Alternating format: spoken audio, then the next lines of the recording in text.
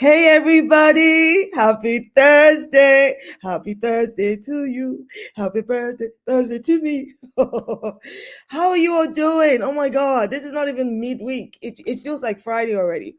How you all keeping? How's everyone doing? Drop your hellos. Let me know that you're in the room. Drop your hellos. I can see you all popping in, which is fantastic. Now, today we're going to be talking about a number of things. Some of the highlights I'm going to talk about are things that have just really, really pissed me off this week. Okay. We'll talk about the whole fur burnt ambulances versus other real stories that the media did not pick up. And we'll talk about the latest drama with how people are being prosecuted in this country, in the UK, for speaking up for those who are being oppressed by the state of Israel. Yes, we're going to talk about that. And I'm sure you've all heard the news. It happened yesterday that despite Western opposition, the United Nations adopts resolution designating the slave trade, the transatlantic slave trade, as the gravest crime against humanity. And we're going to have a guest at 8:30, Joris Lachette, to come on, and we're going to chat about this, because some people are losing their godforsaken minds. And the usual suspects abstained, the usual suspects opposed this resolution. But good will always overcome evil, and those who know the right thing to do, they said yes. So I'm really excited about that. Oh, hey, people. There's D1 News saying, greetings, sister from North London. How are you doing? Anthony, hello. Says, I'm here. It's great to be here. It's great to have you here. All right.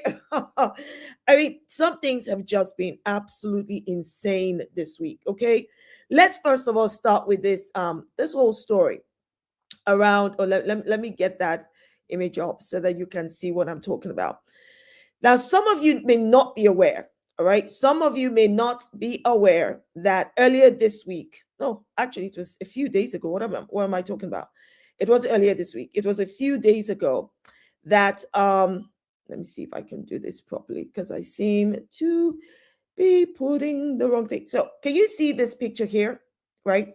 So this picture is so there was an event. It must be over the weekend, I think, but it's been a few days now, maybe Monday or so, that 4 empty Jewish ambulances were burnt in an arson attack. All right. The entire country has been talking about 4 empty Jewish ambulances. I must confess, I never knew that ambulances could adopt an identity, because nobody says Muslim ambulances, nobody says Christian ambulances, but apparently when it's owned by the Jewish community and serves the Jewish community, it becomes a Jewish ambulance. Anyway, back-to-back coverage, wall-to-wall coverage, and all they could talk about was this story. Nobody was hurt, thank Jesus for that. So really, this wasn't, there was no financial loss, because these ambulances were obsolete. They were going to get rid of them anyway, right? And the British government has now replaced them. So there's no financial loss. But this story kept on going from wall to wall, back to back, every single day, while they ignored this story. This is the story of the 18-month-old Palestinian baby who was tortured and abused, okay, by Jewish soldiers of the Jewish army in the name of the Jewish state. They tortured him. Look, I wish I could zoom this in so that you can see his legs. His legs, they use like, the cigarette, burnt cigarette butts to puncture his skin, right? And you can see at the bottom there, that's his trousers. That's how much he bled through. That is what they did to this child. This did not make the news, not morning, not afternoon, not freaking evening. This is what I would have thought should be back to freaking back every single day.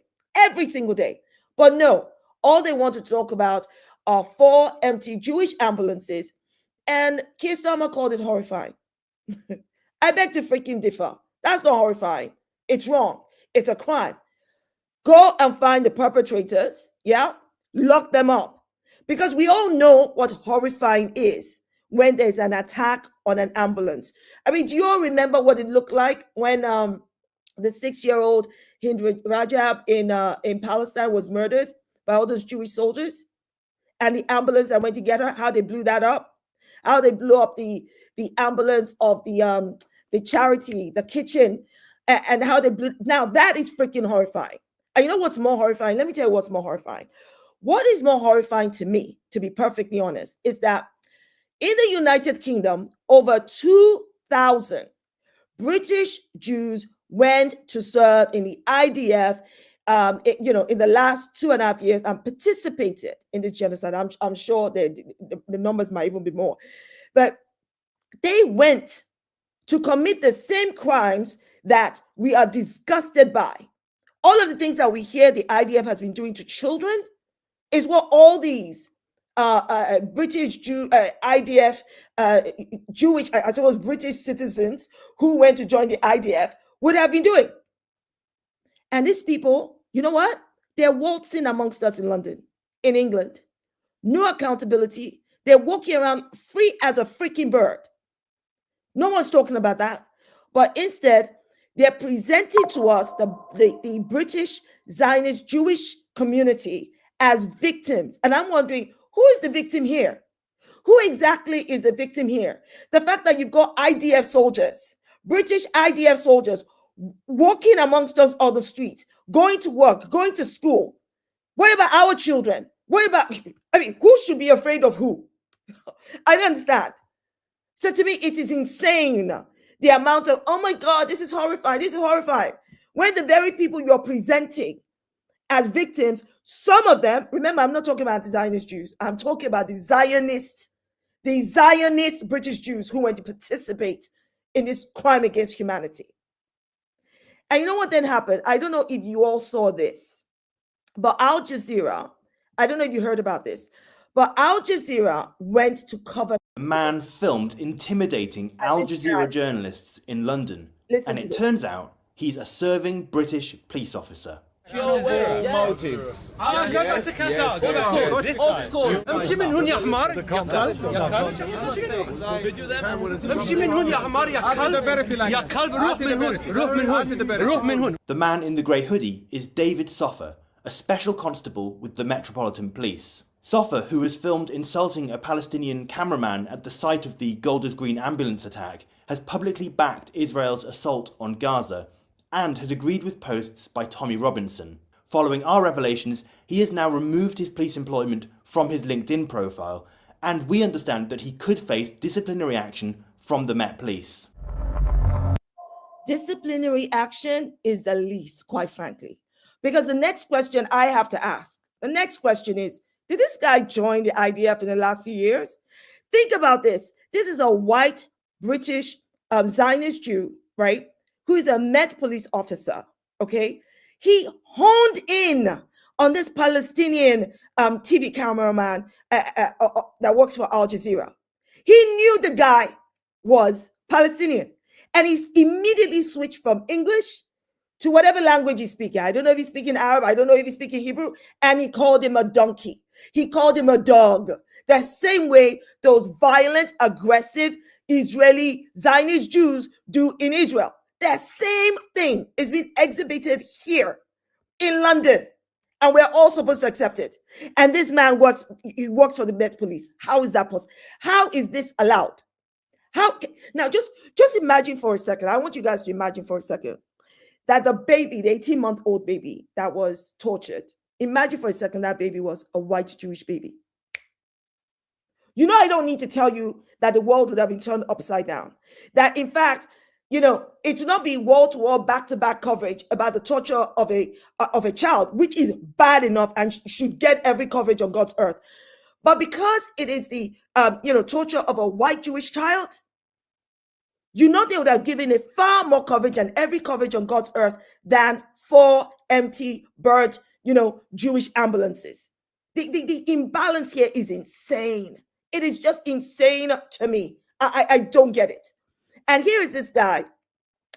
Imagine if this was somebody who said that to a Jewish person, who said, "Get out here, get out of here, donkey, get out of here, dog," huh? And then deliberately use a different language so that those who don't speak the language, except for, of course, the Jewish people around him, and the Palestinian he's attacking, Everybody else, like me, watch. I would not know he just called this Palestinian a donkey and a dog.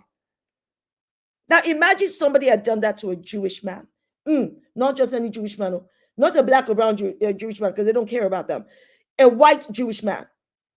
Do you know how insane everybody would have come down, from the prime minister to the police? He would not have a job. There will not be talk of him just removing his reference to his workplace from his LinkedIn profile. He'll be out of a job like that.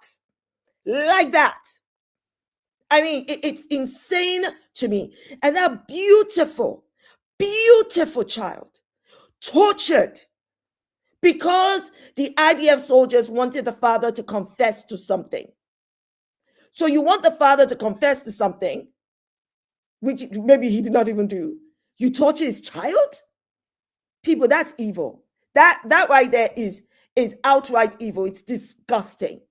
And that is what we should be talking. That is, quite frankly, what should have taken all of this conversation. Back-to-back coverage should have been of that child. And it should also been of, I don't know if you guys heard about this, because you know the IDF soldiers, the Jewish soldiers of the Jewish army in the name of the Jewish state to protect the Jewish identity and British.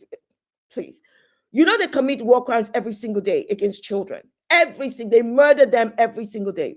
And there was a Palestinian family in the West Bank, right?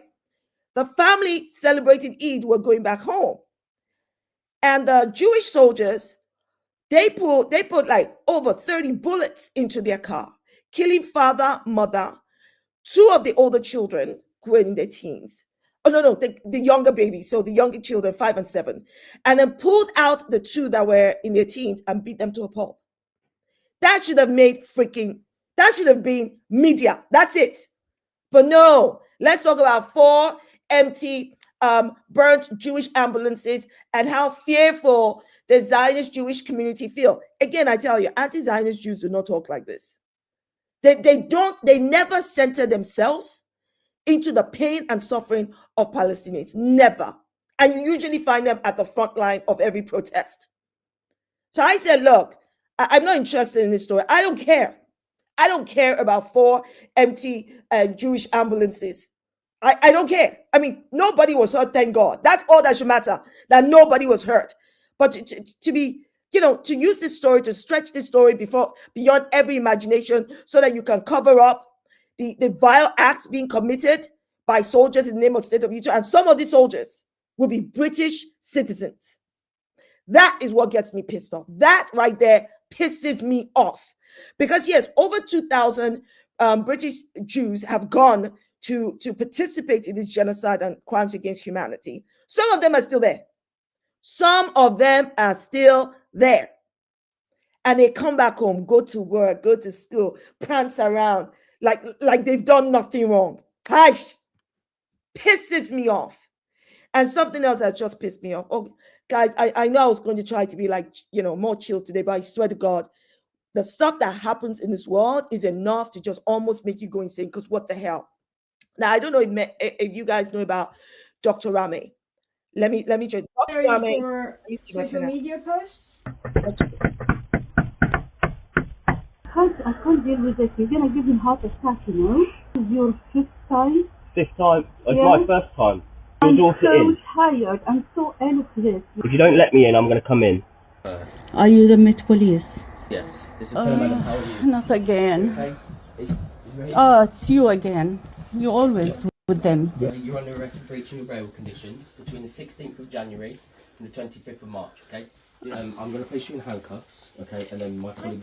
Yeah. Why you need the handcuffs? Okay, so do it properly. Don't do it like last time you hurt her. My colleague's going to search you, okay? Oh my God, you do this every single time. I'm so tired of this. I have to see you every few weeks. I have to see him every day. No, seriously, why you do this to my daughter? You don't have anyone else except Rahme? It's just because she says someone killed children and burned houses and burned tents. Do you agree with kill children? I'm just checking You who come to take her every time, do you No, agree I'm with not- kill I'm not having a children? conversation with you. We're here to do what we've got to do. We need to arrest her. You said I've breached my bail. You breach your bail conditions. Your bail conditions are to post things online that are supportive of any terrorist organisations. So you've posted on, I believe it's on X. What did she post? What she Let me tell you what's happening here. Dr. Ramy is an NHS doctor. This is the 5th time she's being arrested by the Met Police. She is a British Palestinian. She's always spoken up concerning what is happening in Gaza and the West Bank. She's always spoken out against what Israel is doing, which we all know are war crimes and genocide. And of course, the British Zionist Jews have been trying to hunt her down. First, they've tried multiple times to get her medical license revoked. She's had to fight that. And this is the 5th time that the Met Police are arresting her. For what? Ladies and gentlemen, please explain to me for what. I heard them say, oh, she breached her bail condition, something to do with an ex post, something to do with terrorist organization. I'm like, hello, every single freaking day, there are British Zionist Jews and British Zionist Christians liking, sharing, executing posts in support of Israel's war crimes and defending the indefensible acts of inhumanity by the IDF. Why isn't the police arresting them? What is this exceptionalism? Why are they not being arrested? Why are they not being held to account for their evil? Why? Why is it a British Palestinian that you will now be targeting? And you know, she's not the only one, but this right here, this constant harassment and arrest of Dr. Ramy is an obscene abuse of prosecutorial power. We know they're doing it to placate the feelings of British Zionist Jews because, oh my God, we just feel so afraid. You feel afraid of what? You're getting people fired from jobs. You're the ones that are literally violating people's freedom of speech and freedom of expression, and you're the one that's afraid? What the hell? We live in a country that is Zionist. A woman who has Palestinian heritage cannot speak up about the vile acts being done against her own people, but British Jews can speak from morning to night about, you can't say anything about Israel because you say something about Israel, you say something about me. They conflict their Jewish identity with the state of Israel. They conflict themselves with the war crimes of the state of Israel. And somehow that is okay, even though we all know that it's anti-Semitic to do so. But they do it to provide cover for Israel, to provide cover for the IDF. All of a sudden, the IDF are on soldiers who are, who are committing crimes against humanity. No, their uncles and their fathers and their brothers and their sisters. Really? And the Palestinians they're murdering are not people's children? Are not fathers and mothers and brothers and sisters? These people. Oh, the hypocrisy, honest to God, it is insane. 5th time, the lady you heard speaking is Dr. Ramy's mother. Did you hear I can't even put into words what we could hear in her voice. How would you describe what you heard in her voice when she said, not again? Why are you doing this to my daughter? It's like the Met Police is freaking jobless. There are bloody British Jewish people who went to serve in the IDF. Bloody IDF British citizens in this country that are not being arrested. And somehow, Dr. Ramy is a person that we should be afraid of because what happened? Because the IDF, that is the terrorist army, and Israel, that is a terrorist state, that is getting all of this approval, all of this support, nobody gets arrested. Nobody gets hauled into Met Police for questioning, for supporting Israel. It's disgusting. It is absolutely disgusting. I don't know about you guys, but honestly, enough is enough. Because why? I mean, she looked tired, and I pray to God to give her strength, because it is clear to me that the police is being weaponized to silence her. The police is being weaponized to shut her down. But may God give her strength to rise above her enemies. May her enemies fail in Jesus' name. May they rot in everything that they plan against her, because it's just outright evil and it is wrong. It beggars belief. And this is supposed to be, oh, the country of democracy, the country of liberty. Okay, where's liberty for everybody else? Where's liberty? Why are we having to deal with this bullshit? Why are we having to even... You know what? It's okay. Let me hear what you guys are saying. Let me hear what you guys are saying, because I'm tired. You know, every single time I have to say something, it's like anyway, let me hear what you guys are saying. So D1 says, I'm a British-born Jamaican, born in the 1970s, and to honest, our people, the Afro nation from the 1970s, have been bullied and terrorized by the people. Now they're targeting freedom fighters. Yeah, that's what, Dr. Ramy is. She's a freedom fighter. Every single person that speaks up for Palestinians is a freedom fighter. And anybody that speaks up for Israel is not a freedom fighter. They are genocide apologists. It's downright evil to support the genocide of a people. It is downright evil to watch children be tortured and go, well, really, nobody's to blame. The only people you must blame are Hamas and maybe their parents and maybe this or that. So I'm like, why is everybody else to blame when Jewish soldiers commit heinous crimes? Everybody but the Jewish soldiers, but the Jewish army, but the Jewish state. They can't tell us enough how much this is the only Jewish state. So bloody what? Because you're a Jewish state means that you should murder people? You should kill people? Are you mad? This kind of thing that drives me nuts. And the reality of the matter is, it creates a really toxic environment. It creates a toxic environment because people will resist. People will resist this. People will see this for what it is. They will see that, you start to feel claustrophobic in your own country. I better not say that because I might offend a British Jew. I better not say that. This might be against Zionist principles. I better not say that because their Bible, the IHRA, which quite frankly is there to literally just create cover for the state of Israel. They want to deprive you of the ability to apply critical thinking. That's what they're trying to do. Or you can't say this about Israel because you can't criticize Israel's policy because everything will be anti-Semitic. Forget you all. You and your anti-Semitism allegation can kiss my royal black chuddy. You absolute waste of space. They're so intellectually dishonest. It beggars belief. It absolutely beggars belief. We see people are committing evil, or you can't say that is evil. You tell us, oh, these people have the right to commit evil because they're Jewish people and they're God's chosen people. You bring all of these things to wrap around and defend the evil ideology of Zionism, when we all know that Zionism has nothing to do with Judaism.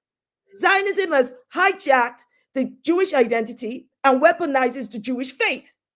Two separate things. The same way that all these white Christian nationalists, they weaponize Christianity. It's insane to me. It's absolutely insane to me. It just doesn't make sense. But this is where we are. This is the world we live in. And I think we all have to decide. We all have to decide how we're going to exist in this world. And I can tell you right now, I refuse to be silent about evil when I see it. This is our time. Because if you wondered what you would have done during the slave trade, whatever you do now is what you'd have done then. If you're, I better not say anything. What if I lose my job? I better be quiet. Let me be complicit. Then that's what you'd have done back then.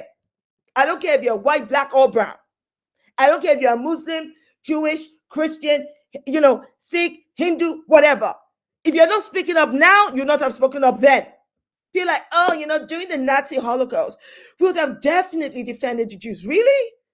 Are you defending the people that are being prosecuted and persecuted and burnt to death by the Zionist Jews in Gaza and in the West Bank? If you're not doing that, then I'm sorry. During the Nazi Holocaust, you and your cowardly ass would have done jack all.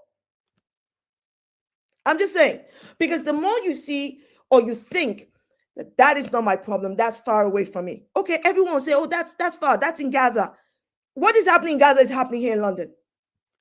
People are being suppressed and oppressed. I mean, for Black people, this is not new because that's been happening to us a long time to the present freaking day. So it's nothing new. But for a lot of us like me, who didn't have any idea what the hell Zionism was, I realized I'd been in some matrix and I'd swallowed the blue pill, so subconsciously. But these Zionists opened my God-given eyes, and now I've taken the red pill with my full chest. Because what I'm witnessing is evil. The oppression and suppression is unacceptable. I refuse it. I reject it. I'm so pissed off to see Dr. Ramy has been arrested again. For what? And then all of these, again, I'll say, all of the British Zionist Jews that went to commit war crimes are not being arrested. Remember what they did to Shamima Begum? Remember her? They stripped her of her British citizenship. They did that. Yes? And they said she's committed a crime by marrying an ISIS soldier who they called a terrorist. The thing with Shamima, she was young, silly girl. Because, if you're going to marry a terrorist, marry an IDF one. Because then nobody would stop you. Nobody would strip you of your British citizenship. Hell, nobody would even call it terrorism or a freaking crime. Anyway, let me see what you guys have to say, because if you let me talk, I will keep talking. That's what you say. All these Israelis are backed by European American white people to keep us slaves so they can steal our resources. No lies told. No lies told. And Azim says, you're absolutely right, Dr. Shola. I've been to Palestine twice, and their situation is disgraceful. It is absolutely pitiful. In the year of our Lord 2026. And that this has been happening for 76 years. Unacceptable. I mean, it really pisses me. It pisses me off, people. It pisses me off. Now, listen, guys, I promised you last time that, unless you want to, we'll get back to talking about this, but in a few minutes, we'll talk about the transatlantic slavery, the UN resolution that has recognized it now as the gravest crime against humanity. And I'm looking forward to having a chat with Joyce, who's just joined us. Oh, where you at, Joyce? Wait, where have you gone? Well, I think you'll be right back. But on Tuesday, I promised you that I'm going to start showing you some of, you can't even read this something here. So let me see if I can bring the image up. Some of the books I am reading to make sure that I am, and I just wanted to share that with you, if I can find it. Oh, Joyce is here. Joyce. Hello. Mother. Everybody say hey to Joyce. Come on now. Say hey. Where are you right now? Remind me. Or if you don't want to say. If you don't want to. I am. Can you hear me properly? Yeah. Yes, I can. Yes. Okay. Cool. I am in Brazil right now. Currently in São Paulo. I've escaped the core of empire, which I really needed, and I can already feel the strength of. I mean, Brazilian society is no perfect either, but being away from the core of empire, from the UK, that already I feel rejuvenated. I feel stronger. Now, I have not had the pleasure of going to Sao Paulo. Yeah, I've been to Rio twice, only because I don't know, for whatever reason, I've just always connected there. There's some cities you hear about, you just know I'm going to love this. I've been there twice, but I need to try Sao Paulo as well. So everyone, let me tell you about Joyce. Now, Joyce is a trainer in anti-racism, bias, privilege, and decoloniality. People, are you understanding my English? Okay, he can help decolonize your mind. And he draws on his lived experience of various marginalized identities at the intersections of race, neurodivergence, class, and sexual orientation. He combines that with his practice of sociology and navigating the colonial world to propose analytical frameworks, create workshops. You're talking to a pro here. Content and strategies tackling the topics of systemic inequalities, bias, and decoloniality. Welcome to Dr. Shola Speaks. I'm so excited to have you. Thank you so much for making time. I appreciate it. Now, bro, okay, we all know what's just recently happened. That Ghana, Ghana is just next door to Nigeria. Mm-hmm. And they've done such a great job in bringing this UN resolution. And it's insane. So Let me get your thoughts about it first of all before I go into it some more. Well, so obviously nothing new under the sun, right? We knew the usual suspects. So the US, Israel, and Argentina voted against it. Yeah. The whole of the European countries abstained, which is somewhat of a surprise because, I mean, not really a surprise, but I thought that they would be, as they usually are, a little bit more sneaky about it and find other ways to not be so brazen, because usually what they do is, you know, they pay lip service to this kind of resolutions to appear like they're standing on the right side of history, but in reality, in the systems, in the politics, nothing is changed, nothing is dismantled. And this is what really makes the transatlantic slave trade really unique. And I feel like that, unfortunately, this conversation is not really being had whenever we talk about colonization, the European colonization and the transatlantic slave trade, is that indeed it is a unique event in the world and in history and the history of humanity, but it is unique specifically in the fact that we still live in it. The society that we exist in is still entirely shaped by events such as the transatlantic slave trade. So slavery existed before, slavery continued to exist outside of this context. Colonization had happened before and continues to happen to this day, but the specific colonization that we're talking about, this is why we talk about coloniality, this specific era, this specific society that it created, we still live in it right now. And so this is what makes it unique. And for that reason, I have to say, I'm a little bit perplexed by Ghana's wording of this resolution, because the wording says that it is the greatest crime against humanity. Gravest. And the gravest. Gravest, yes, gravest. Right. And as I just said, it is indeed a unique event, and it is unique in its scope, in its nature, in its cruelty, in many ways. But I think that unique is the good term. When we start going into gravest or greatest, or when we start comparing and quantifying the gravity of a crime, I think that we are already kind of losing sight of the problem, and which is also exactly the excuse that those who voted against and those who abstained used. And that's why I'm perplexed and almost a bit disappointed by the wording of Ghana here, because knowing who they were dealing with, knowing exactly the posture, the position that those countries, the colonial countries and imperial countries would take, why would you serve them that off-ramp on a silver plate by wording it in a way that would give them such an easy excuse to say, oh, we can't vote in favor of this because it says that it's the gravest crime against humanity and we are against oppression Olympics, etc.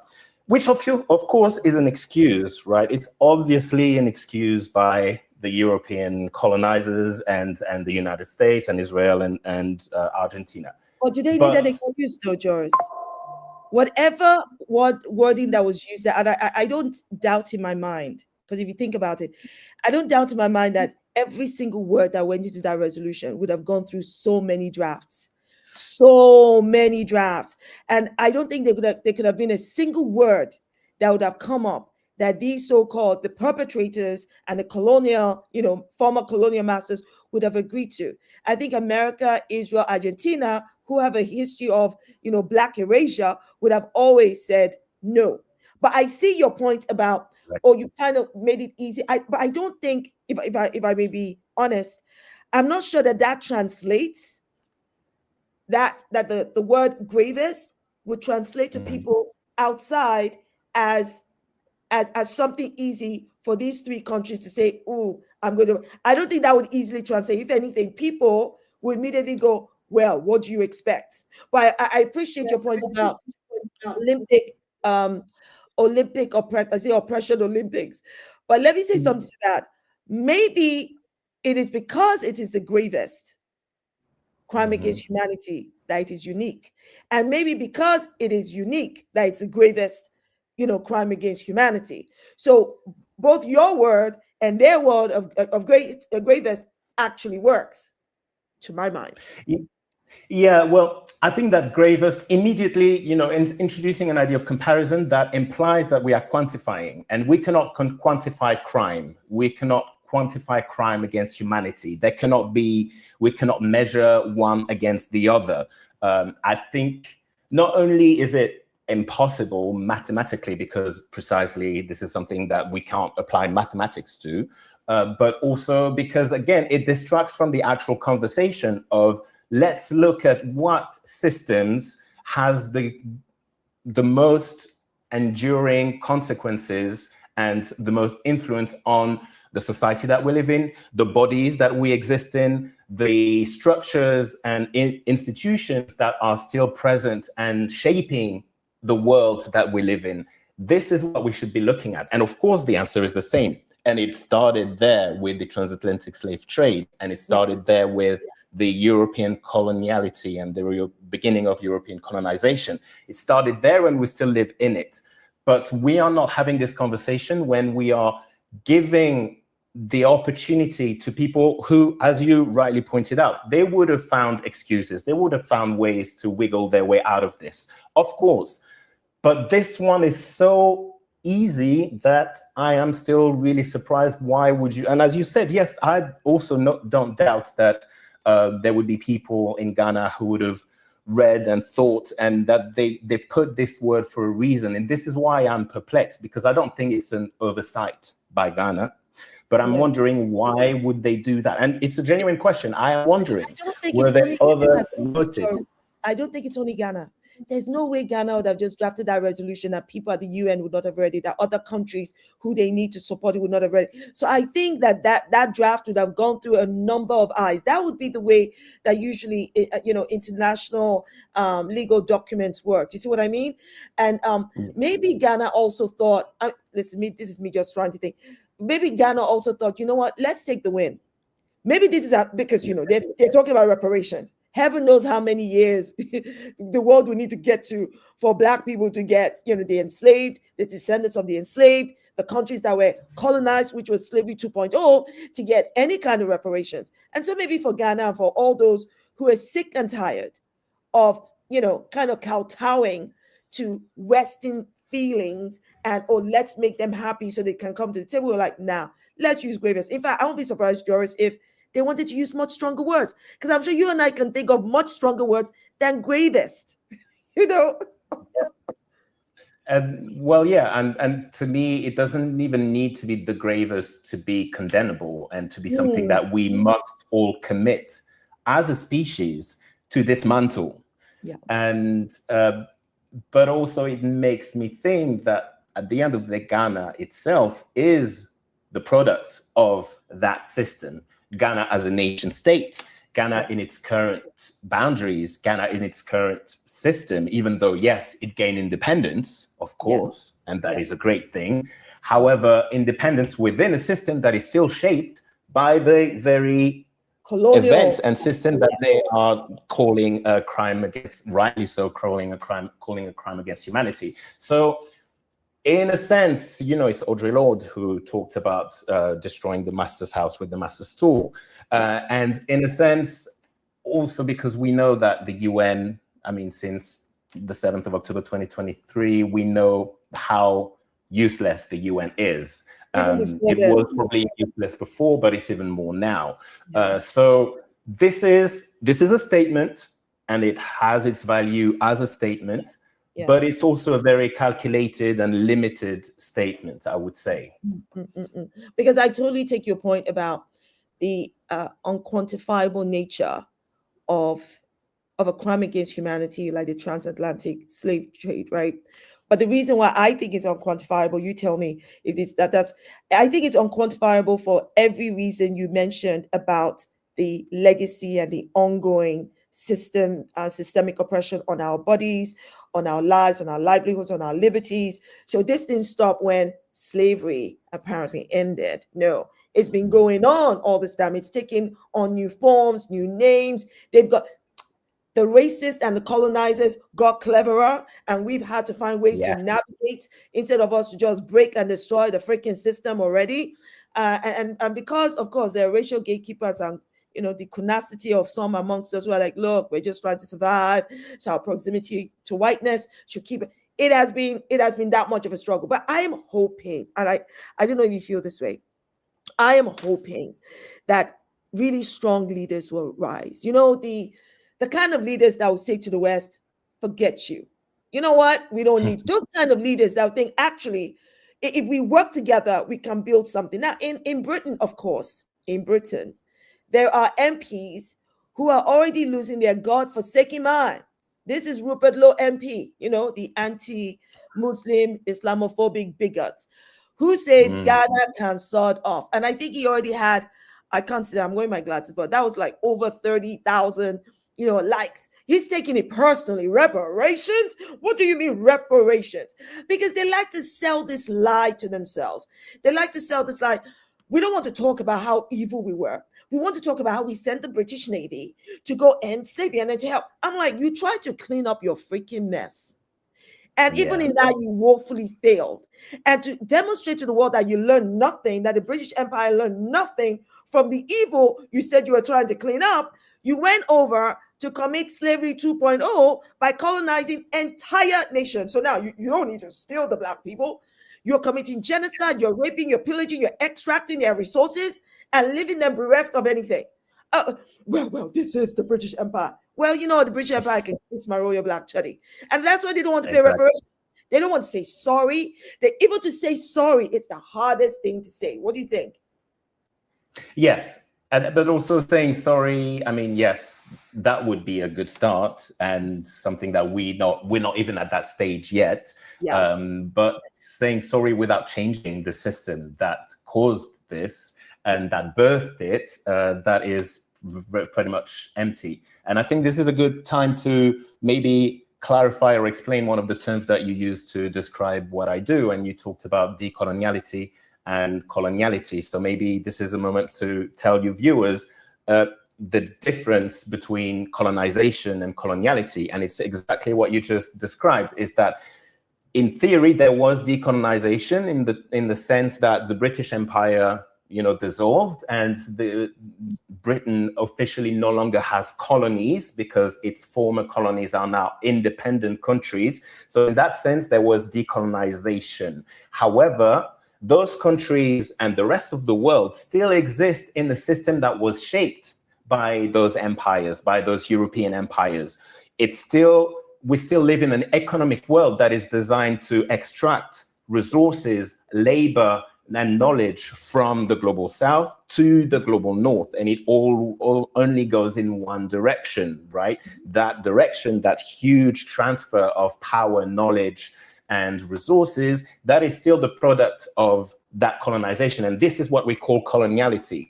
Coloniality exists precisely to remind us, or the term coloniality exists precisely to remind us that we are not out of this mess. We are still living in it, and there still needs to be a fight, and we still need to challenge the structures, the systems, the entities that shape the mentality of the people who are ruling us to this day. Exactly. No, I agree with you. And I think what also feeds into that is how, just using Britain as an example, but this exists across Europe and the States, but it's how white people talk about, and I'm talking about, no, I'm not talking about the anti-racist white people because they get it. I'm talking about how the racists talk about their understanding, knowledge, and their role of their role in colonization and what impact that has. Let me show you this. Somebody questioned Grok, right, about how many Africans were enslaved before the white man showed up. This is what Grok said. Nearly all. Joyce, can you believe that? This AI thing is educating white people.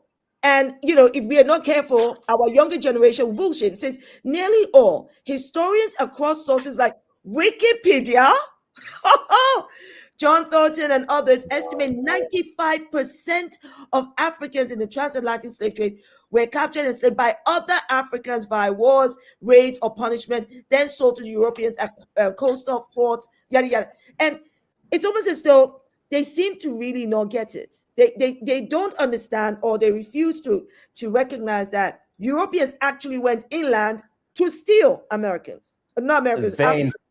They participated, and of course, Joris, of course, we had coons around us. We had the Uncle Toms and racial gatekeepers. We had those who were like, "Oh, you give me money, yeah, let me save me, myself, and I, and yeah, I will help you capture this and that." And of course, I mean, they don't talk about the fact that they killed many of our African rulers, men and women, and leaders, or that they enslaved them and replaced them with public. And also, they don't mention the fact that Africa, just like Europe at the time, just like any other continent on Earth, it was composed of different kingdoms, different entities, different nations, different peoples who were at times at peace with each other and at times warring against each other. And as a result of those wars, if you have a third party who comes from the ocean and who says, do you want me to side with you, and I'll use my weapons and my wealth to help you if you give me your war prisoners, then Europeans would have said yes to the same deal as well. So this idea of black people sold themselves, sold their own, that's completely bullshit, because there was no such thing as blackness anyway. There was no unique and common African identity. But also Europeans were doing the same. They were doing shady things among each other as well. So, and Europeans, however, they never say white people sold white people to, to servitude or indentures or to slavery. They never say that. But somehow, in order to be able to absolve themselves of moral responsibility, because they feel guilty. That's why they don't even want to hear a word about it. But there's a moral responsibility because they live in a capitalist society that is built off the blood, the resources of African continent, the African continent, African nations, and African peoples till today. And when I say African, I mean all Africans. I mean Africans, I mean African Americans, I mean, Brazilian Africans, Black Africans, period. And they don't want to accept that because, accepting that moral responsibility will do something to their psyche. It will mess them the heck up. Yeah. And the white man, white people, white European imperial powers, they created the conditions, in the global conditions in which it was a reward, it rewarded to sell other people, other bodies. That had never happened on a global scale before. So bodies and chattel slavery became currency. So people were turned into commodities and currencies. That had not happened before, and that hasn't happened since. And because that unique event is still ongoing to this day. And that is the legacy of European imperialist, capitalist, colonial structure and empires. And there's no wiggling your way out of this. There's no blaming Black people, blaming Africans, blaming or saying that, or indigenous people were also violent. African people were also violent. Yeah, they were committing crime. We're not saying that societies outside of this one were perfect or would be perfect without the white people. But what we can say for sure is that the reasons why we have this violence, this inequality, this system of extraction that still flows in the same direction. It has been flowing in that direction for 500 years now. That is that was created, installed, and is maintained by whiteness, by white supremacy, and by the proxies of white supremacy, because you don't need to be white to participate, to serve, and to uphold white supremacy. I'm sure you know that, and I'm sure most of you viewers know that, but in case people want to clip it and take it out of context, here it is. In fact, to your point, let me bring this up. Actually, let me get this out. Let me bring this up because I wanted to ask you, what do we do with those like, hold on one second. Oh, this is the one I wanted to add. Oh, if only let me bring it up some more so we can read it. Now, this is from a Black guy who's saying Ghana, former Ashanti Kingdom, was most certainly complicit in the slave trade as were other African peoples, such as the Dahomey Kingdom, current Benin. I don't hold a grudge against them, but we, the people they sold, are not going to pay them one red sign for reparations. Can you imagine that? What do you do with that kind of mentality? This is what coloniality does to people's minds, because this is someone who perceives himself as closer and part of US society against Africa, you know, and he doesn't realize that, against Ghana more specifically, but Africa probably the same. He doesn't realize that his existence in the American soil was the cause of that. And that, you know, when we talk about reparation, if he's looking for an evil, the evil is still there, and the evil is his own current country that he's not questioning here. Yes. And this is what coloniality does. It affects everyone. It affects the way that we perceive things. It affects the way that we perceive the other. It affects the way that we perceive ourselves, and that we perceive power as well. And this is why we need not to just remove the people who are currently in power, but we need to change the structures that make power, that create the nature of power to this day. Because, you know, you were talking about hoping for great leaders to come onto the stage, and I hope so too. And I know that a great leader can make a huge difference. Like, imagine if we didn't have Nelson Mandela when apartheid South Africa fell. If there was no Nelson Mandela, we don't know what direction it would have taken. Imagine, you know, and unfortunately we can imagine, because we've seen many of our great leaders have been assassinated. So we see now the result of what happened when they wiped out this entire generation of the first new leaders of newly independent African countries, for instance. But great leaders themselves would not be enough, because we need to change the systems and the structures that make the power, that define the nature of power as it is, because power as it is corrupts. Power as pure power and without responsibility, which is a colonial mindset, right? If we talk about coloniality, we must talk about indigeneity, and in indigeneity, the idea of power is more of a responsibility than something that, you know, affords you privileges. So until we exist in a society where power means privilege rather than responsibility, then we will produce systems that are oppressive and extractive. Even with the greatest leaders, with the best people, power corrupts, and individuals cannot themselves change the nature of power. So we really need to change the system as well. Of course, electing or picking the right leaders will make a difference. Yes. But it's not just a matter of individual personalities. The system itself needs to be reshaped. That's why I don't believe in the UN. And yeah, it's great that there was this UN resolution, but what is it concretely going to change for Black people or for it might not change. I think while it might not change anything substantively in the short term, you know what's doing? The fact that it's pissing the right people off, that's a step in the right direction. I agree with you. Forcing them to have a conversation in which now they have to hear things they don't want to hear.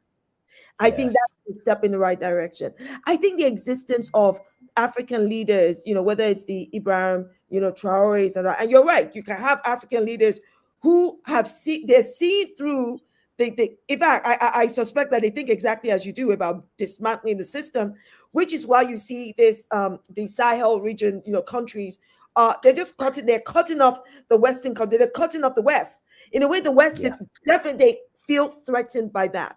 And they feel threatened that what if more Black leaders rise up? What if more leaders, whether it's military or, you know, whether it's by dictatorship or democracy, what if they rise up and say no to the West? What if all these people start working together?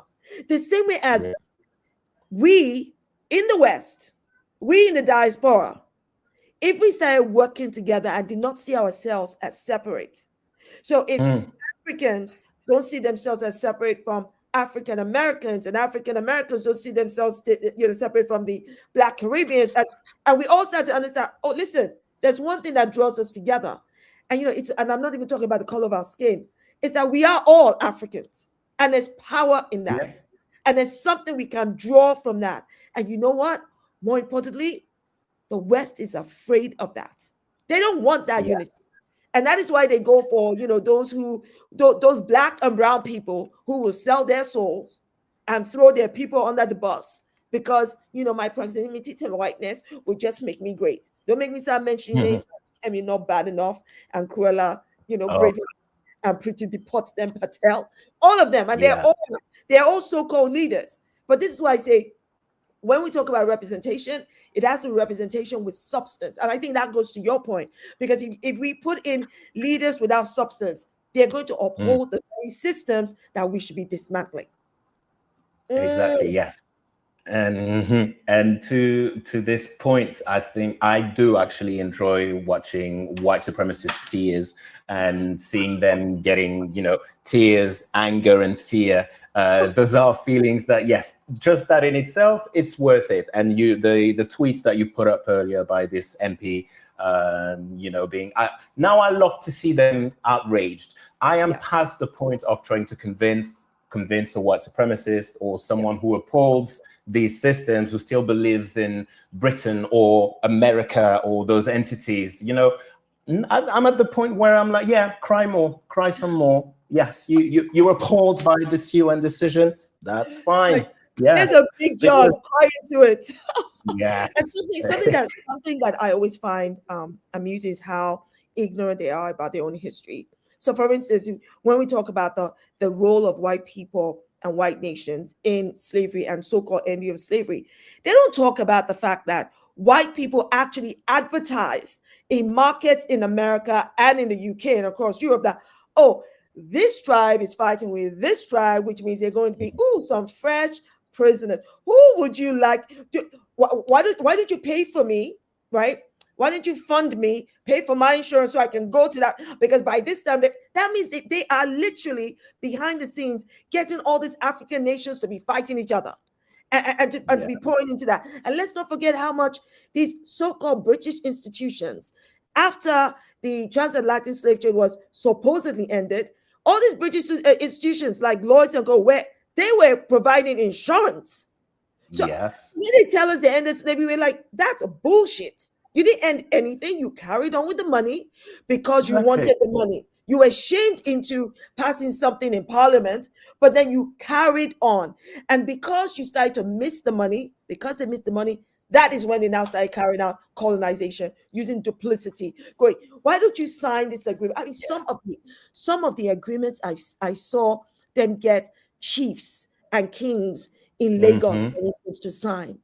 And these chiefs and kings will sign papers in freaking English.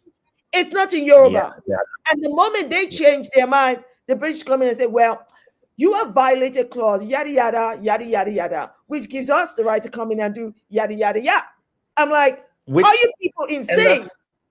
And that's already so Eurocentric, this idea of a treaty, of a contract, right, that is binding, legally binding, and that you can't go back to. That in itself. So, of course, if you bring your own concept of law, your own concept of justice, you impose it onto someone. And within that framework, you claim that, this is what is just and what is unjust, and this is the rule now. But that's not their rule. The other party to this contract did not get to choose, design, or even understand the rules. So your rules are invalid immediately, automatically. That cannot be right. But of course, this is what the entire lie of the oppressor is built upon, is this idea, you signed, it's your fault. Exactly. And of course, they're also relying that there will be some other black person like Kemi freaking Bacon, not bad enough. We'll be like, yes, I won that kingship, but if you give it to me, I'll give you whatever you want. And that is how they ended up going from the coast into inland Africa.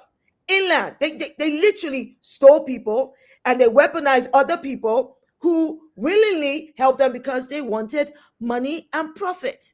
And people like to act like we don't know that, like that example that talked about the Dahomey kingdom. Again, it wasn't black people selling black people. It was a king who was definitely getting rid of the prisoners of war when the tradition was after a period of time, you have to return them. They work and then they don't lose their heritage. They don't lose generations which is exactly what the transatlantic slave trade was. But they don't want to take responsibility for it. But so I would just say, look, that UN resolution is a win. It is a win because it is beginning. I think it's the beginning of changing the rhetoric, the lies of white supremacy. They have so told our history so long that they believe the bullshit that comes out of their mouths. And it's so important for us, especially for our children that are coming up, that our kids will go, but if you're saying that slavery was okay and it was ended, now everybody's happy, why was it in 2026 ruled as the gravest crime against humanity? Why were we still talking about it in 2026 if it was already forgotten and there was nothing to it? I expect our children to be smart enough and the children of our children to go, actually, this is what it should be. So I think it's a win. But I take on board all the points you raised. Yeah, and I'll take that win gladly too. And also another win is that it forces the current dominant hegemonic powers to go on record showing that, no, we voted against it or we abstained. And we will look back at them in shame in the future. And now they cannot run away from it. So yes, it brings us forward in the sense that, yes, it makes the falseness, the snakehood of those countries even more blatant and even more obvious, and they cannot deny it. I mean, they still deny it, of course, they will continue denying it, but we see clearly through their bullshit. Oh, absolutely. In fact, before you came on, I was going to, because on Tuesday, I said to my group, hey, everybody, if you have any questions for George, please drop it in. I can see lots of your comments. People say, yes. I see, let's see. This is D1. D1 says, nasty, lie, cheat, and steal. It's the UK European way. I agree. Yeah. It's divide and conquer. It's true. All of this, everyone's just chiming in and agreeing with what we're saying. Now, I said on Tuesday, I'm going to start sharing, the way the camera works. You can't really read what I put here. But it's called The Black Ghost of Empire. So I said I'm going to start sharing books that I'm reading because, believe it or not, Joris, I really don't know everything. Shh, don't tell everybody. That's a colonial myth anyway, that you should know everything in order to be respected and to be listened to and believed. Let's leave that behind. Exactly. That's enough. I'm setting myself free from any kind of burden of, don't you know that already? And I've been getting loads of books over the years, and let me not lie. Sometimes life gets in the way and I can't really finish a book. But now I am determined that as I pick up each book. So this one is by Chris Manjapra. It's called Black Ghost of Empire. As you can see, guys, look, just to show how much I'm taking notes. I like to write and draw things inside. Can you see all that? So this book in particular, and I think this book, if you guys want to read it, that'll be great. It actually follows on what Joris has been talking about, because he says, to fully understand why the shadow of slavery haunts us today, we must confront the flawed way that it ended. We celebrate abolition in Haiti after the revolution, in the British Empire in 1833, in the United States during the Civil War. Yet in Black Ghost of Empire, this historian argues that during each of these supposed emancipations, Black people were dispossessed by the moves that were meant to free them. Okay? So I would definitely recommend, I probably need to read it again and see if I can read to the end. So that's definitely one I'm reading. I said I'll be sharing a book, as I read one and finish, I'll be sharing with everyone. Let's all be learning and educating ourselves. But I think it's so important. And let me add that Britain, as well as the other European powers, only consented to ending slavery. They didn't end slavery. Enslaved people ended slavery, right? But the colonial powers only consented to it because they saw a way that it would be more economically viable for them to continue profit from it without slavery itself. They saw a way out, so they were like, okay, yeah, we're going to consent to it. But the system that makes that profit and that makes it necessary to extract and exploit, we still exist in it. Capitalism is still a product, was built on slavery, is a product on slavery, and at the same time produced slavery. So those are co-creating forces and systems in which we still exist today. There's no escaping it. We cannot escape capitalism. We cannot escape coloniality. We cannot escape those structures that still shape our existence today. And that's what we need to change. Exactly. And just to your point about them not changing ending slavery, it's also because they could not stop the rise of Black people, Black nations who were rising against them to end. They did not have what it took, whatever it was they had before. They knew now that these people are rising so much. Look at what happened in Haiti. Look at what happened in Kenya. There were the things, because they don't talk about it and share it with their own people. You know, the same way Donald Trump does now, and he goes, "Oh, we won the war," but the world can see you've not won the war. In fact, Iran is still fighting back. That is the same tactic that the British Empire did back then.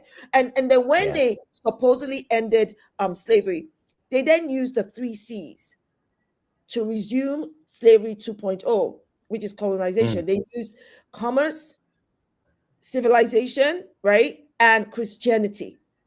Wow. Those were the 3 C's. They said, well, we need to go back to those barbarians and savages and save them. They don't know what to do with these artifacts. They have no culture.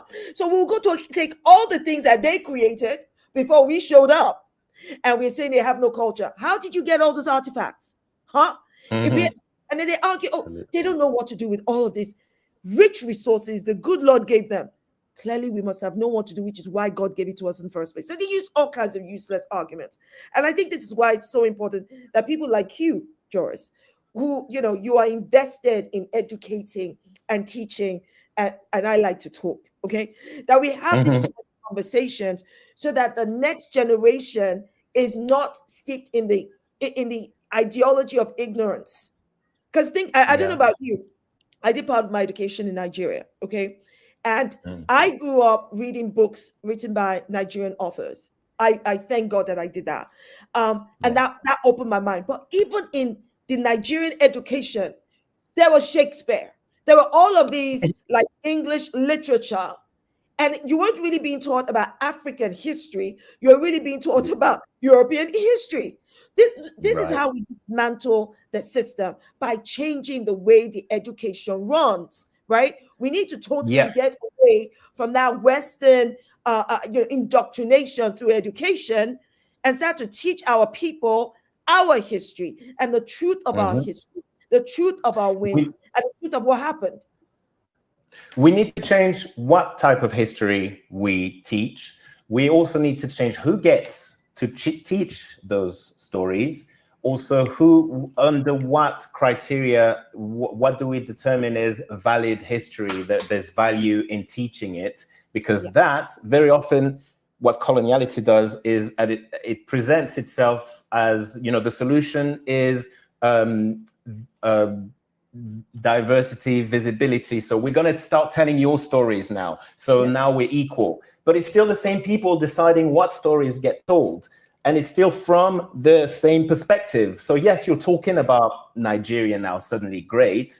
But if it's the same narrator, the narrator is still the narration is still from the white European perspective. So you haven't actually fixed, you haven't challenged the story, the everything that is around the story. You've just changed the face of the protagonists, but that isn't challenging the structure itself. Not at all. Somebody has made a comment here. I wonder if you can comment on this comment. Ayeli says, I've recently heard people using the term white narcissist rather than white supremacist. I don't know. I mean, is there a massive difference when we know that white supremacists are narcissists? Or do you think that white narcissist is a gentler form of, let me not say white supremacist because, oh, that word is so overused? What do you think? Well, so I always welcome new terms, new words, and it's great that we broaden our vocabulary. So that's a good thing. I do not participate in, or let's replace this term by this other one, because every day, every week on social media, there's a new term that is now supposedly out and that we need to say this instead. No, if a term exists, it can be specific. So we can create terms that are even more specific than the ones that existed before, but let's not get rid of the existing ones. So when I talk about white supremacy, I mean white supremacy and everything that it entails. Now, we may disagree on the boundaries of white supremacy or what it looks like, but when I say white supremacy, I mean white supremacy. Now, white narcissism, that's not a term that I was familiar with, but I'm very familiar with narcissism and with whiteness. So yes. Oh, well, yeah. Somebody is telling me that Cida Bento in Brazil she's a Black author, and she talks about the narcissistic pact of whiteness. So yes, I welcome, again, this idea, as long as we don't try to present it as, oh, we replace white supremacy by white narcissism. But yes, narcissism in itself, it's self-centered, and where I think that this analogy works really well is that the narcissist is a wounded person. It started with a wound, and because they are wounded in their ego, they hurt everyone around them. And this is whiteness in a nutshell. I always say whiteness and white supremacy and coloniality, it's people running like headless chicken. They are in pain, they are wounded, but they don't know that they are. And they cause immense damage around them, and they destroy everything around them because they are not able to tend to their wound. And so they wound everyone else around them. And so I think that, yeah, this narcissism analogy works really well. And that also shows that white people are also victims of their own system, right? And by saying that, I do not mean that is not to say, oh, poor white people, let's now feel sorry for them. And because like some people will take that and run away with it and be like, you see, I'm the victim here. No, Black people, people of color, oppressed people, indigenous people are the first and main victims of whiteness and white supremacy. However, in order to free ourselves from that system, at some point, white people will have to tend to their own wounds. It's not our job, right? As Black people, it is not our job to heal them, but healing will have to happen. And the quicker they realize that, the better off we are all. No, they need to look in the mirror. And I think white narcissists are pretty much, they're pretty much what caucasity is about. They are caucasity personified.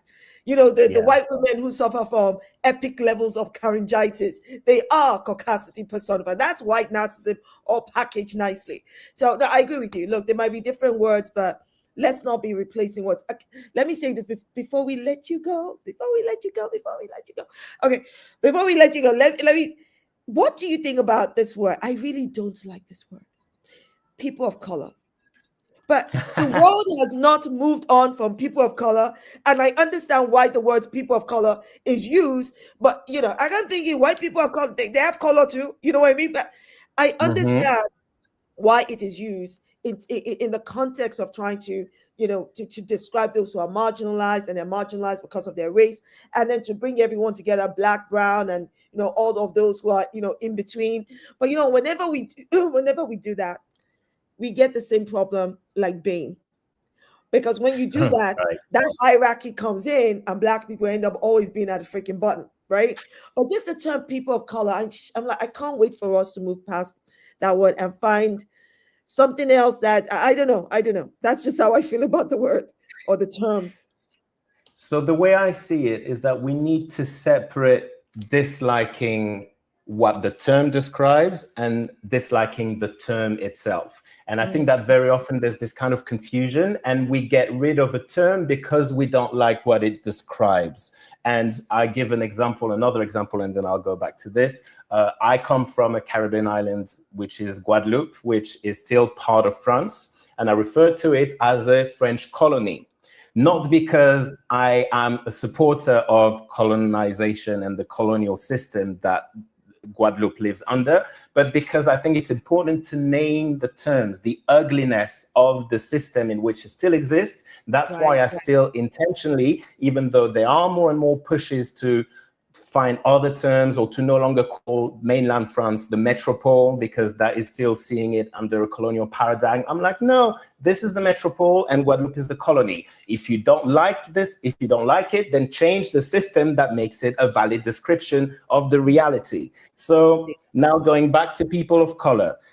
People of color as a term is problematic when it is used instead of Blackness or Black people. And a lot of white people, but also black people, or all identities, they sometimes use people of color because they're afraid of saying black, right? So that is a problem. However, people of color describes a specific situation, a specific identity, or a specific set of identities that exist outside of whiteness. So we could also say non-white people, or people who do not participate or benefit from whiteness. But that is longer to describe, and that's still centered whiteness. That is still built around whiteness. So in that sense, I don't mind people of color when we are specifically talking about the common experience of people who are on the receiving end of the oppression of whiteness. So in that sense, yeah, I don't mind it. But I also understand that it can be misused. Because we must have you back, because I would love to explore with you. Because another term you know, when people say anti-black racism, I don't like that term.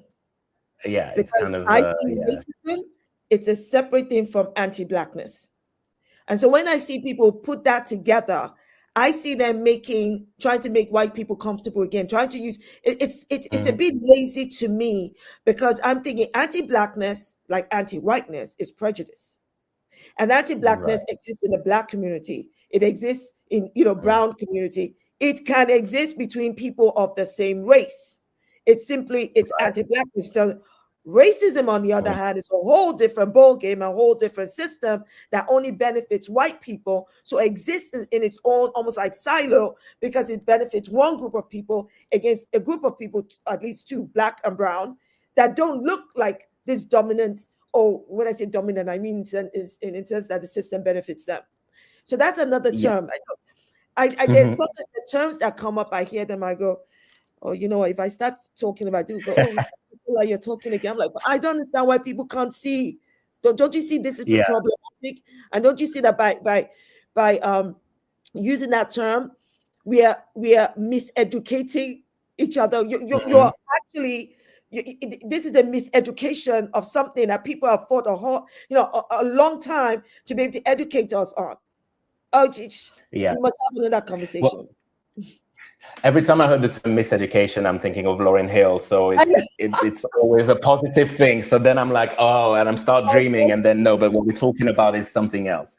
But what I would say to what you just said, I would say yes, and because racism affects Black people in specific ways and to an extent that is not necessarily shared by other groups that are victims of racism. So sometimes it's important to specify this very unique way in which white people, because in this white supremacist society that we live in, whiteness is at the top and Blackness is at the bottom. Even in societies where there are no significant Black people, not a statistically, demographically significant Black people, you will still find jokes against Black people. You will still find that Blackness is defined as the most ugly or the least desirable identity or form of being, right? So anti-Blackness is a unique form of racism in the sense that we are, in the current system that we exist in, we are placed at the bottom of almost every society, even when we're not there. Right. But again, when you say anti-Blackness is a form of racism, immediately I question who are the perpetrators you're looking at. Because the moment you make it anti-Blackness, I'm thinking anybody can be anti-Black. You could be, you as a Black man, you could be anti-Black, but you can't be racist to me. You don't have that power dynamic. So immediately when I see anti-Black and people put together, I'm like, people, you're going to get me talking now. And then you people that say, oh, shall I? So I'm like, nah, this doesn't work. And because then what we then do is we open up the room for people who are not in our struggle to co-opt the struggle. So I won't lie, but when I hear things like, I don't know if you saw that, the Golders Green video of the Jewish people, the British Jewish people who were attacking the Al Jazeera TV crew, right? Yes, you talked about it. And this white British guy says to a white woman, "You're being anti-Semitic." She retorts back with, "How dare you call me anti-Semitic?" And you know what he says? "How dare I? How dare you tell me I can't describe my own racism?" I'm like, what the actual hell? A white man just said to a white woman, "You're being racist to me." This is the problem. You allow them to co-opt the anti-Semitism is a distinct expression of hate. It is an expression of hate. So is racism. So is Islamophobia. But they're distinct expressions of hate. They coexist, they intersect, but they're not the same damn thing. I mean, come on. They're not the same thing, but they have the same source. Oh, and because when I say, if I put a white Jewish person, a black Jewish person, and a brown Jewish person, all three of them will experience anti-Semitism. No freaking doubt, because anti-Semitism is about their Jewish identity. But the white Jew will never experience racism. In fact, the white Jewish person can be racist to the black and brown. I'm saying that there are dynamics that exist even amongst people who come from the same community, but they embody multiple representations. So I'm like, am I talking to myself here? Why am I hearing people mixing terms and, miseducating each other? Because that's just crazy. That is how you have people go, no, you're being racist to me. I cannot be racist to you. I don't have the power. I don't even have the proximity to that racist power construct to be racist to you. So maybe you're looking for a different term. Okay, this is why your education is lacking. Go and educate yourself and find the right vocabulary to come and accuse me and allege that I've done this and that to you. But don't put racism in my way. And that's why I laugh half the time when these racists come. She's such a racist. And I start laughing. I'm like, and you're such a fool. Your parents should go and ask for the refund of the money they spent on your education because clearly you were not taught properly. Well, or they were taught exactly in the way that the system wanted them to be taught, and they wanted them to assimilate certain views and certain ideas. And the example of the white... No, sorry. I was just going to say, that the same problem exists when I hear people talk about Islamophobia and anti-Muslim hate and racism. So there are people that I really like and respect who say Islamophobia is racism. And immediately I go, no, it's not. Islamophobia is not racism. Islamophobia is a distinct expression of hate from racism. It coexists, it intersects, but they're not the same thing. Let me explain. Bro, let me explain. White Muslim, Black Muslim, brown Muslim. All three of them will experience Islamophobia. The white Muslim will not experience racism. But you know who will experience racism? That Black and brown Muslims will experience racism. And, hello, can everybody tell me what the word "and" means and what it does in a sentence? Yes, it's it. So it's Islamophobia and racism. So Black and brown people experience multiple intersecting inequalities because they embody multiple representations. And to me, the moment you start saying anti-Semitism is racism, Islamophobia is racism, before you know, they'll say misogyny is racism. Do you know who's going to suffer from that? Black and brown people. Because the only people that benefit from you putting everything together are white people. Because then they'll turn around and go, then you start getting the Karens of this world saying, that's misogyny. And misogyny is now seen as racism. So you being racist to me. That is what's going to happen. Anyway, sorry, my dear. I just got started with I would still say that, yes, it's true that white people can benefit from mixing or confusing the different forms of hatred, of inequality. But it is important to always remind everyone that they can hide behind the division of those different types of oppressions. They benefit from us not realizing, not connecting the dots, and not realizing that they are all different ways of creating underclasses and justifying their dominance or supremacy, or a system which disproportionately puts them in favorable position and benefit from. In the case of Islamophobia, everything you said, I completely agree. I would simply add that Muslim people have been racialized, because race in itself is a very nebulous term that keeps changing. And again, let's always remember, what is it designed to serve, or who is it designed to serve? It's designed to serve whiteness. And to this purpose, it keeps changing and evolving. You gave the example of a white Jewish person earlier. That is true that today, a white Jewish person is a white person that benefits from white supremacy. However, a century ago, and more than that, historically in Europe, Jewish people were racialized as non-white because whiteness is something that has no concrete definition. It is whoever the system of power decides is white, and who is not white is. And this just speaks to the falseness of the whole thing, because white Jewish people of Europe were always white, just like the Irish who were not once upon seen as white were white. So we're not going to get into the falseness of their nonsense. I get your point about what you were saying about Muslims being racialized, but that speaks to my point that it is possible to be Islamophobic to a group of Muslims. Do you understand? So white, black, brown, because you hate Muslimness, anything to identifies with Islam, correct? But when you target your Islamophobia and anti-Muslim hate at black and brown people, that is racism. So I would say of the black and brown Muslims, they experience Islamophobia and racism because let me tell you what pains me. Let me tell you what pains me. The thought of denying people justice for every injustice because it is convenient to just roll it as one, gets my blood boiling. So that's why, to me, I think that language matters, because for me, language is what helps us get the outcome of justice we seek. If it wasn't going to get me the outcome of justice, I don't care, call it whatever you like. But the moment you say to black and brown Muslims or black and brown Jewish people or black and brown Christians, listen, let's just sweep you all under the same carpet. After all, you're all Muslims together, you're all Jews together, when there are dynamics even within that marginalized group that is conducive to racism that only black and brown people in that group experience. Now, I cannot tolerate anti-black racism. Islamophobia is racism. And I'm not telling, listen, forgive me. Because when I hear people do this, I'm like, you do you, I would do me. And I understand it differently. So I'm going. We have different ways of fighting. Yeah. Anyway, we're fighting the same fight. We have different approaches. Okay. We are fighting the same fight. And this is why.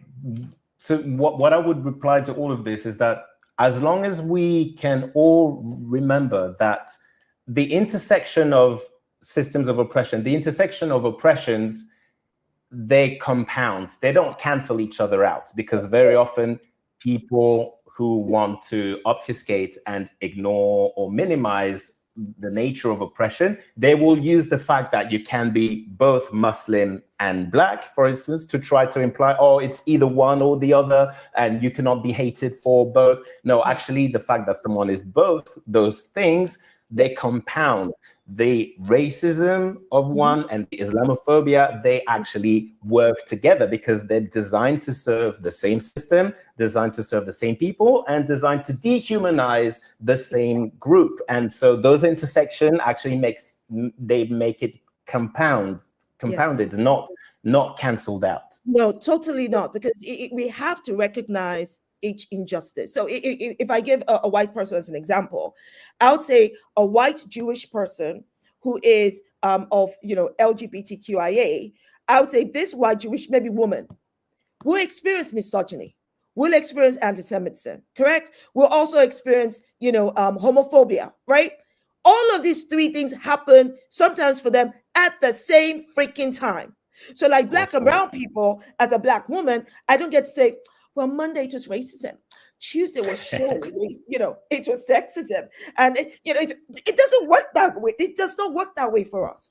And I need people to understand. And when I give talks, I talk about how it's so important to recognize that as human beings, we embody multiple representations, and each of this representation comes with, for some of us, privileges, and for some of us, persecution. And you have to recognize at the same, bro. You are now on the same page. We are on the same page.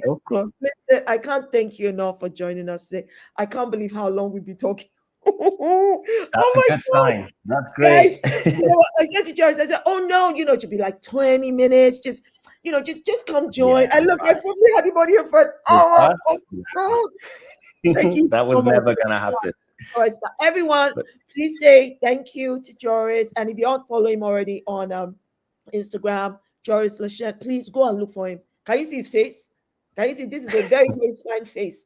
Go and look for him on Instagram and every other social media. Okay. And you need to follow him. And he does all these workshops. So, key into your brother. If you need someone to come deliver a workshop in your company, your school, he's the one to go to. He can, as you can see, in Brazil right now.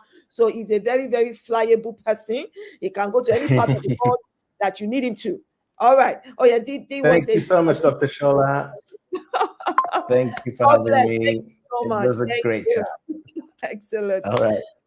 So everyone, thank you so much for joining me on this Thursday. And don't forget what I said about Black Ghost of was this Empire? Yeah. Black Ghost of Empire by Chris Manjapra. Right, I left. Yes. Are you trying to leave? Hello. I know what I'm gonna do. I don't think Joris wants to leave. Okay. So guys, yeah, try and get a copy of this book. And someone said it's actually a classic and suggested that I get another book. Let me see if I can find. D1 says Dr. Francis Cress Wesling, rest in power, has wonderful books and YouTube videos on whiteness and white fragility from the 1960s to 1970s. Wonderful, wonderful, wonderful, wonderful. So if you guys have more books to recommend and suggest, let's start our own book club kind of thing, and let's be reading and sharing it with each other. Okay. All right, people. Listen, thank you so much for joining me on Thursday. And I hope to see you on Tuesday, same time at 8 p.m. GMT. All right. Those of you in different parts of the world, just do the calculation of the time difference. All right. Speak soon, guys. Thank you so much for all those who've joined us from Facebook, from X, and on YouTube. And I'll see you next Tuesday by God's grace. God bless. Mwah. Take care. See you soon. Thank you for watching. Like, comment, share and subscribe.